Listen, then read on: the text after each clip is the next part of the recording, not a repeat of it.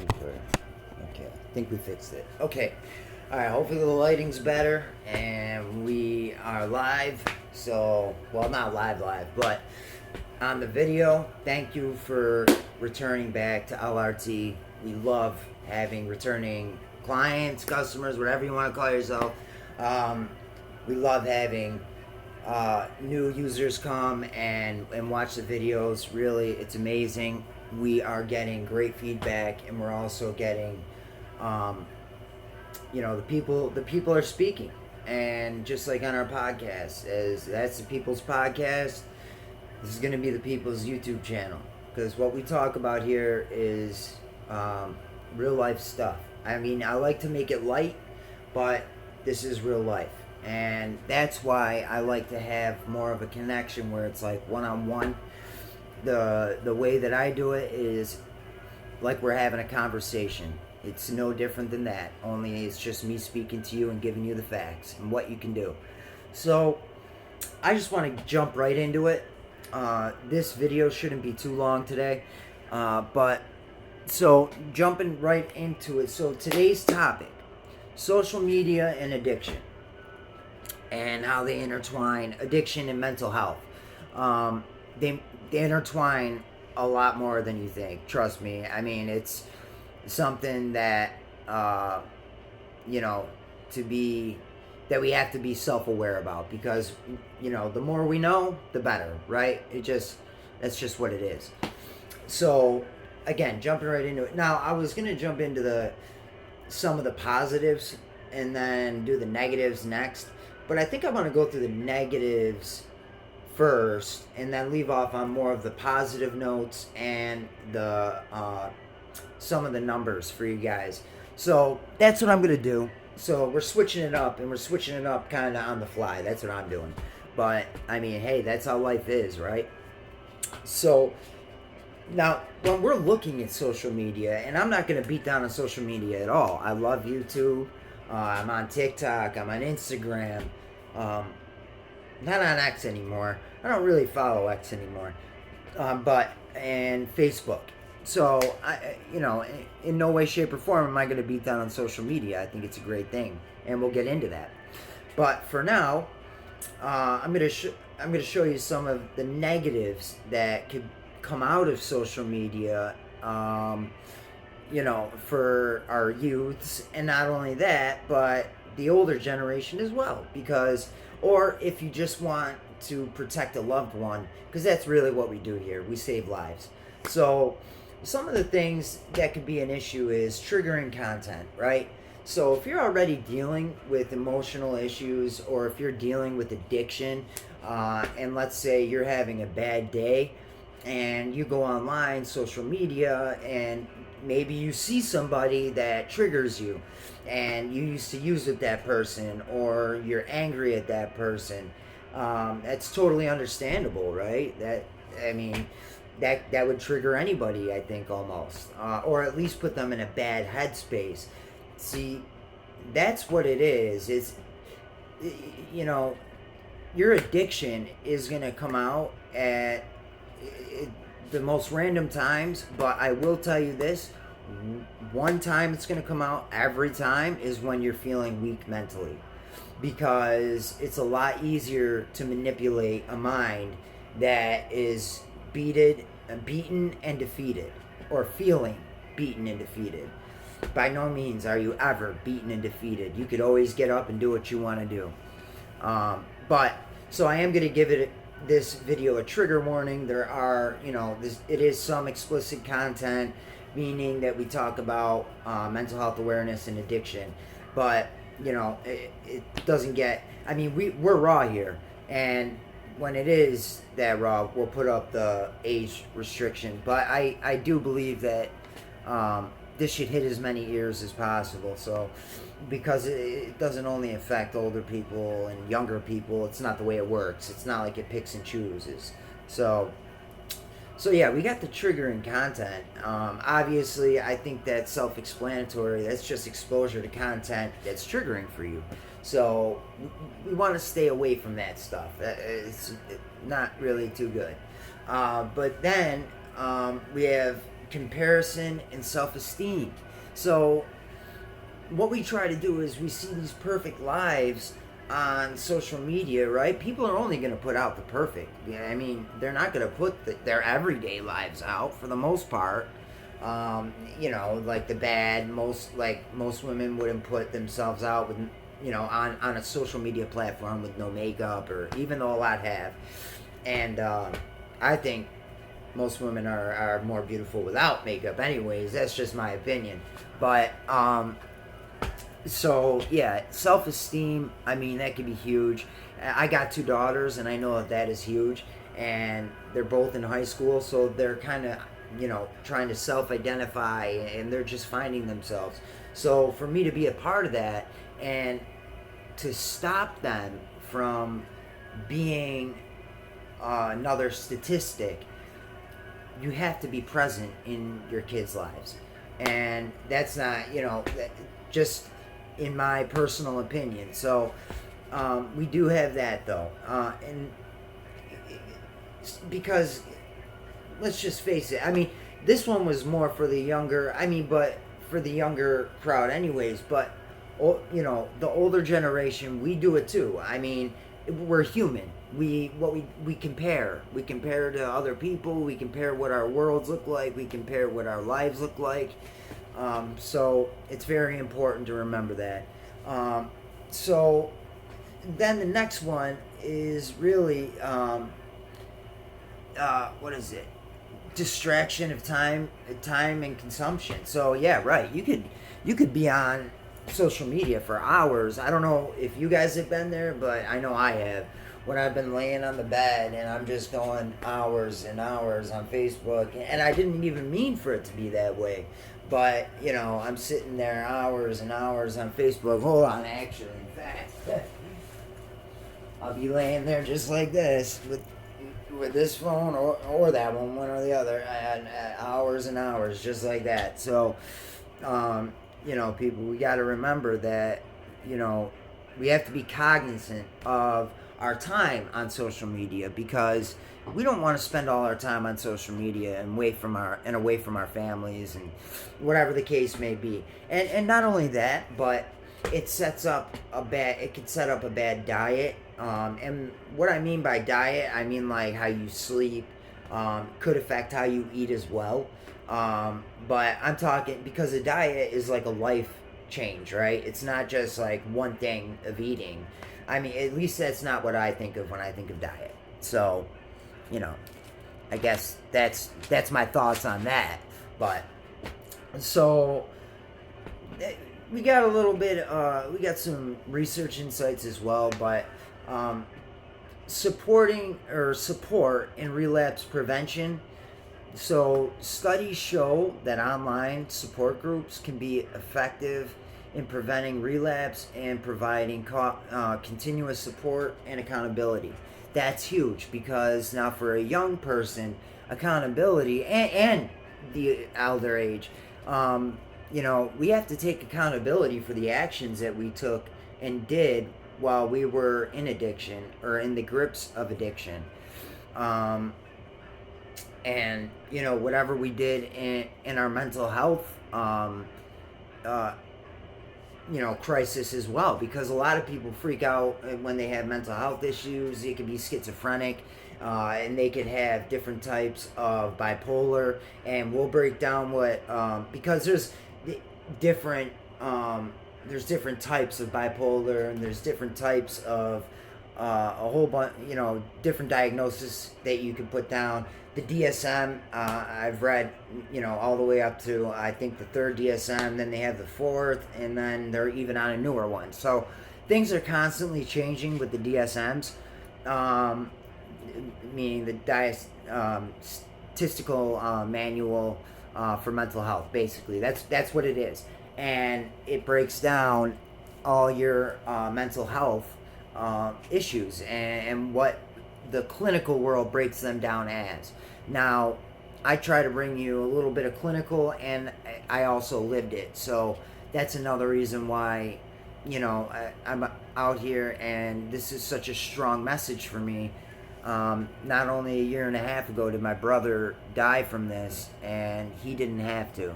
So, I'm going to say it again, and I'll keep saying it. We save lives here, and that's what this is about, saving lives. So, so we already know that support and relapse prevention, there's a lot of studies that prove that online can help with that.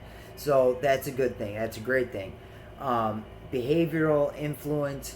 Now, social media can influence behavior both positively by promoting healthy habits and negatively by normalizing substance use. Now, see, that there's that double-edged sword, and that's exactly what social media is. It's the double-edged sword, because it can create healthy habits, because the younger youth is going to want to be a part of something. They're going to want to be a part of the whatever is going on, trending, so to speak. So healthy habits, what's trending right now? A lot of health things are trending right now. Working out, exercising, so stuff like that is great. And I implore you, please start doing some exercising. It really does help. It gets that stress and tension off you that maybe you built up for a day or days. Deep tissue massages, those help too. There's so many different things you can do to help yourself. We have the behavioral influence. So then, setting boundaries. I want to touch base on setting boundaries.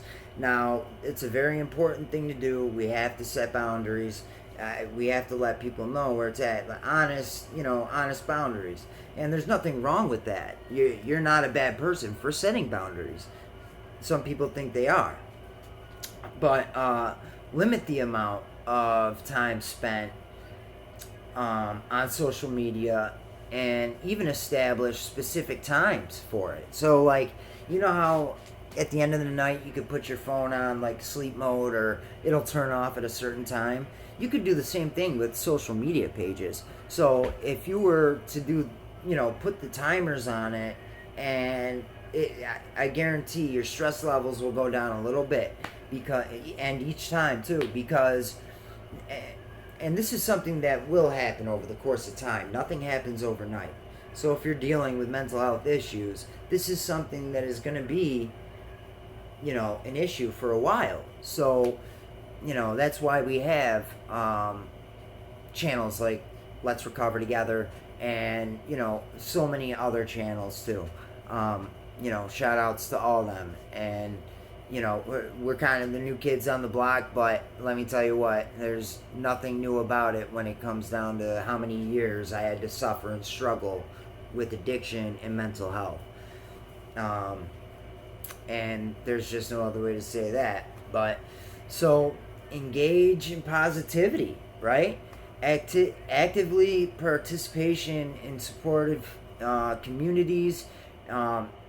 Share your progress, right? Sharing your progress with people, putting up your clean dates and celebrating your 24 hours, and all that stuff helps. It builds confidence, and then you can start making goals, and then you can continue that confidence. And that's going to be another topic, so please leave in the comments what you guys actually want to see for topics. But we are going to do video specifically on that. So on boundaries. So because it's just so important to have those. But anyway, so seek professional guidance. Work with a counselor. A lot of people, there's a stigma on working with counselors and therapists, and because trust has been broken, right? A lot of us in the mental health community and addiction community have, maybe if you're a lady of the night, You're gonna be dealing with some deep scars that you're gonna have to talk about to get off your chest. Trauma therapy, that's another big one. You have to deal with the trauma that you've had in your life. There's just no other ways around it other than going through it. You have to go through it, and you have to talk to somebody, and make sure they're legitimate and they know what they're talking about. Because it's easy for somebody to put the front on, but when it actually comes down to, well, have you been there, or what do you know about the DSM, or what do you know about addiction or mental health awareness? So always do that. And what this is so working with a counselor, a therapist, we got that already. Developed a well-balanced approach to social media life use during recovery. So again, that's setting your boundaries, and that is, because that's what we have to do. We have to set boundaries in our social media usage. And again, I'm just so much of it.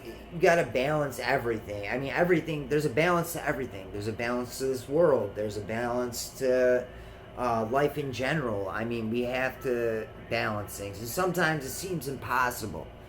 Nothing is impossible. I can tell you that right now. And it'll mitigate and it'll lower the risks of you being in more harmful and risky situations. I can tell you that. So now this is where we break into the numbers. This is what I was talking about. Now, prevalence of social media in the U.S.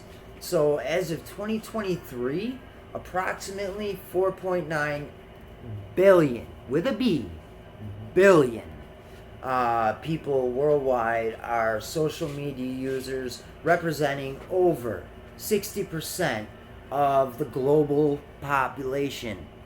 The global population. That's how many people are on social media. So, I mean, you could break those numbers down if you want, but 4.1 billion, the numbers are staggering. So it doesn't truly surprise me that we have a ton of mental health issues and addiction issues, because all this stuff is prevalent in social media. It just is.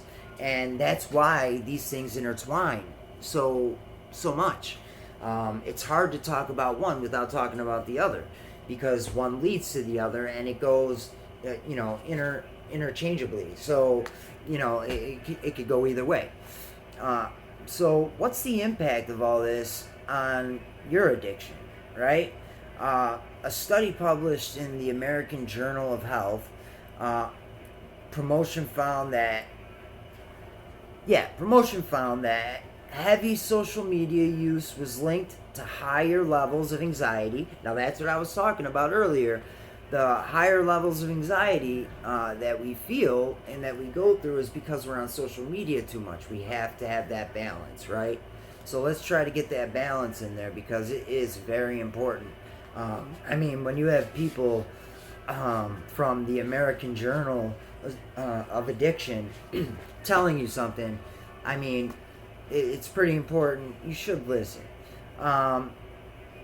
Social media use was linked to higher levels of anxiety and depression. So depression was the second part of that. I wanted to break it down in two, because I think it's important. Even though, again, they're intertwined. Depression, I mean, and especially depression, and you're having anxiety, sometimes you'll just lay in bed all day, and sometimes it's for days. And we have different types of depression too. You have type 1, you have mania, you have depression where some people just lay in bed for weeks. It happens. And that, again, we will break all these topics down to the exact definition and word, but right now I wanted to focus on the social media and addiction. So but yeah, so that, I mean, the American Journal of Addiction, that it's a very serious represented association. So those numbers are staggering to me. And then we got research from the University of Pittsburgh found that young adults who spend more than 2 hours per day on social media are twice as likely to experience feelings of social isolation, which could lead us down, obviously, the road of addiction in itself, because this is a disease of isolation, right? It doesn't want you around anybody. It doesn't want you around people. It doesn't want you talking to your family. And that's why a lot of people say that, while you're doing the things that you should to recover, like maybe going to certain meetings and doing the things you got to, talking to counselors, sometimes it feels like you're getting nowhere, but you are. Like I said, nothing happens overnight, and that is especially with mental health awareness and addiction, and especially with addiction.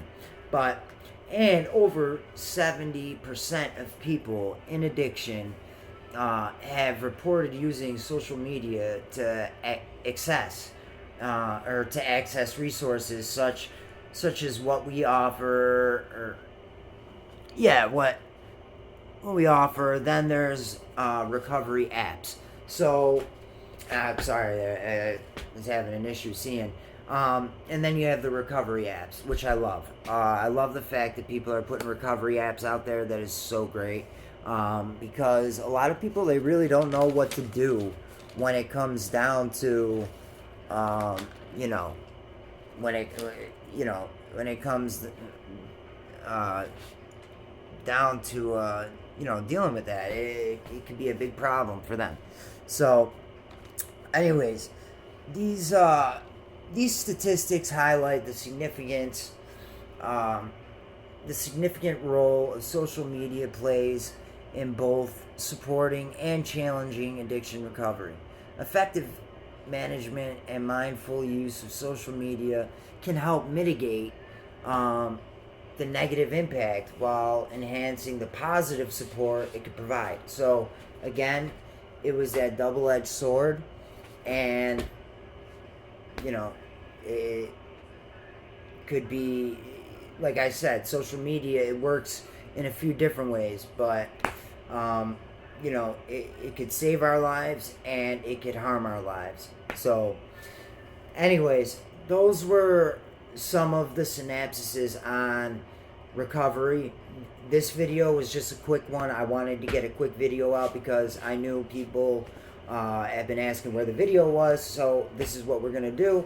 We're going to be doing another video in a few days as well, and remember, please keep sharing, like, subscribe, and everybody has been, and everybody's been so kind, and YouTube, you've been great, and thank you to all the listeners and people that are coming back. Please keep coming back and share the message of recovery and mental health awareness. This is something we need in our country, and we need it desperately.